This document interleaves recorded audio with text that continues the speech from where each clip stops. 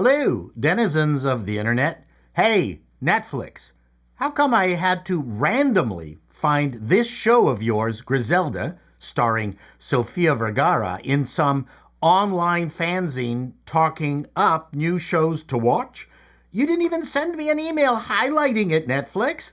Are you embarrassed by it? Was it something Sofia Vergara said? Did she have some spinach between her teeth? Maybe it was the lawsuit by one of the sons of Griselda Blanco? Anyways, the trailer, which I also had to search for, was really well done. Of course, one of the curiosities was the casting of Vergara, as Griselda. We all know her from Modern Family. We know she is a very good sitcom comedian who plays up her Colombian background and accent. But can she act? As is the case for most Netflix series, they unceremoniously dumped all 6 shows at once. Because I like doing my green light episodes, I thought I would watch only the first one and tell you, as a former network executive, would I have greenlit it? If you've watched my previous green light yes or no's, there were some that I said for reasons that seemed logical to me at the time. Sure, let's greenlight it, only to discover that the rest of the series was utter trash. I make no apologies for that. As I say, in these ventures, a network executive does not give the go-ahead because something is good, only if it allows them to keep their job. It's a cynical business, and I feel desperately dirty. Anyway, with that out of the way, let's take a look at Griselda. I'm sure this was pitched as a female version of Narcos. As a matter of fact, Griselda Blanco and Pablo Escobar were on the same timeline. Narcos was a big hit for Netflix, so that's checkbox 1.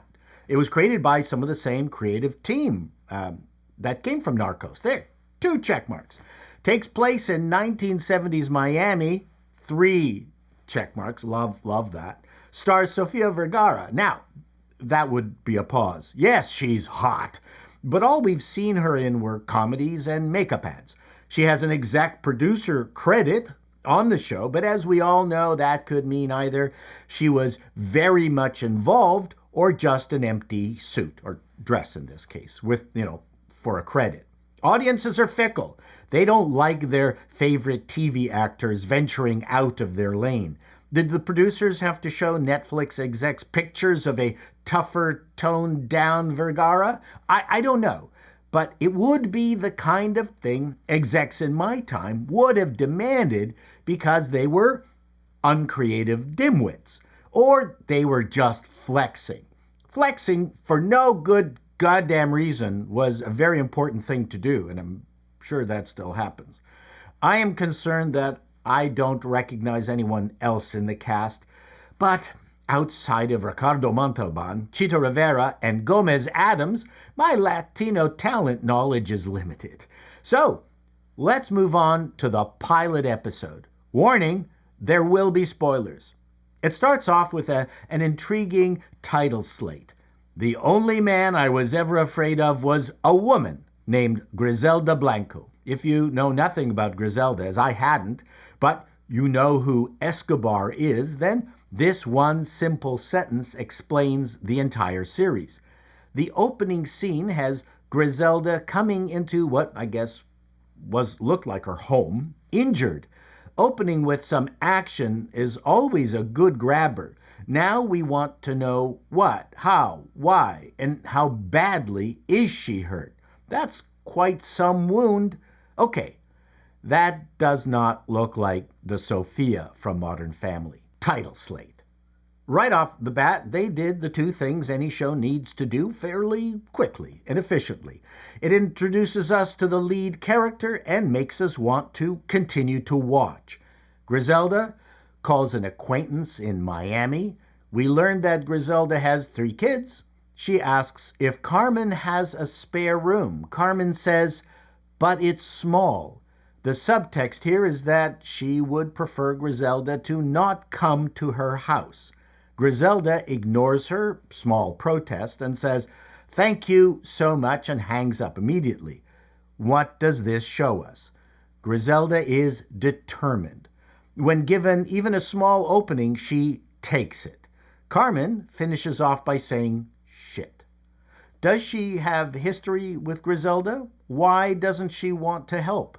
I'm not going to get into this kind of detail for this entire review, but I just wanted to point out that this is how you write properly. This is how you use subtext.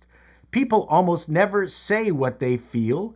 Now you're wondering what kind of greeting will Griselda get when she gets to Miami.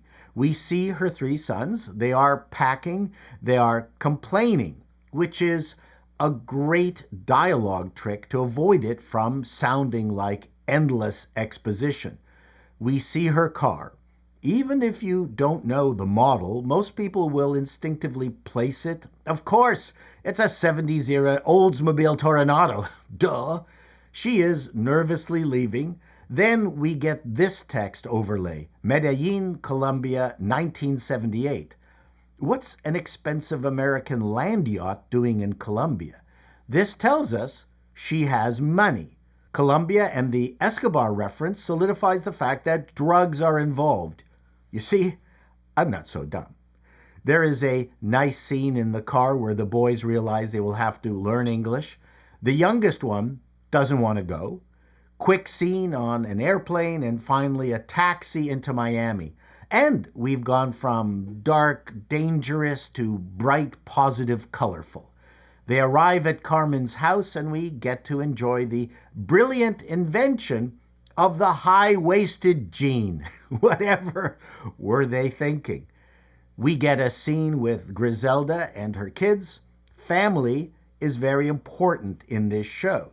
I personally love how the show switches between Spanish with subtitles. It gives it a richer, more authentic experience. The scene in the restaurant between Griselda and Carmen covers an awful lot of exposition.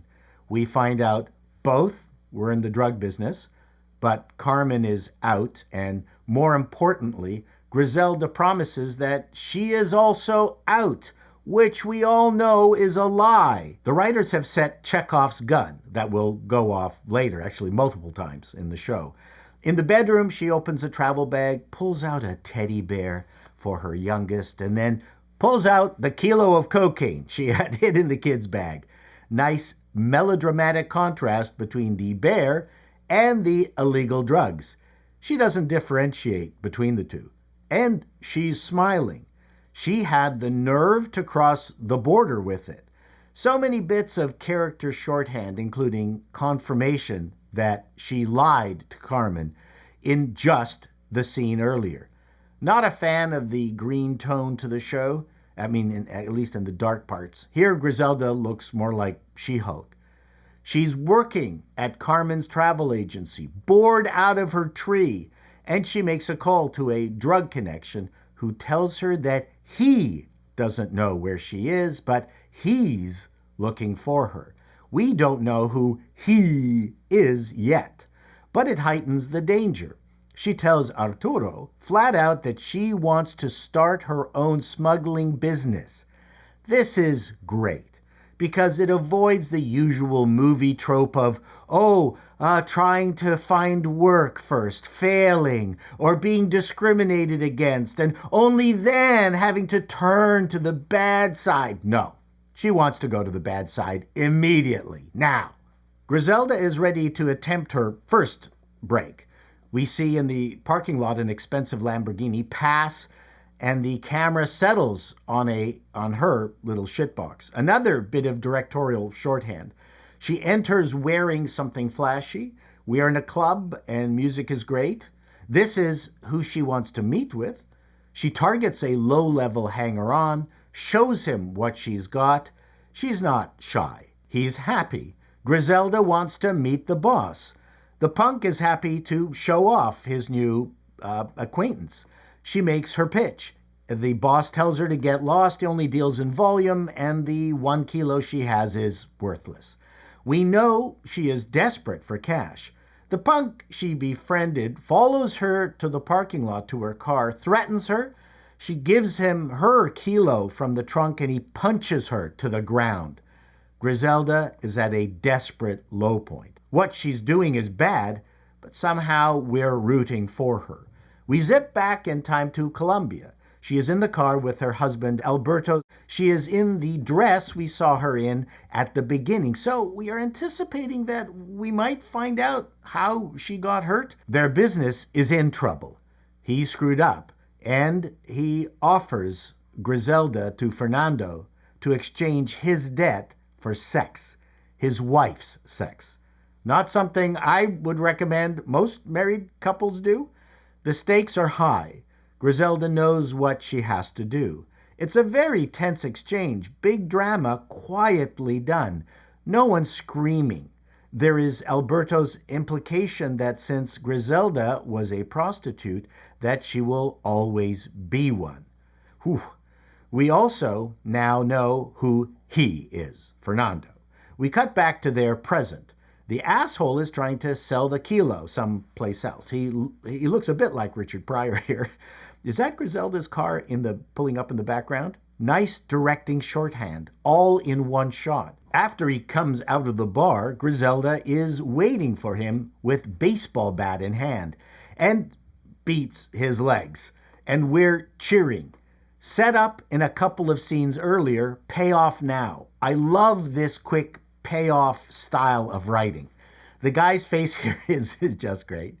The stooge has set up a meeting with a drug kingpin, arrives at the travel agency to tell Griselda and spills the beans in front of Carmen, which results in a confrontation between her and Griselda that ends her job there, the kids in her accommodation at her house, and their relationship is unbelievably compact.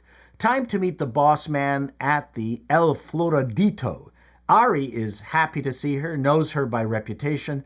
After the obligatory cat and mouse selling, bargaining, they hammer out a deal. All is good and everyone is happy, but will it last? No. An assassin storms the door, kills everyone, comes after Griselda with a machete. She stands her ground, covered in the blood of Ari. She is saved by the help she brought with her.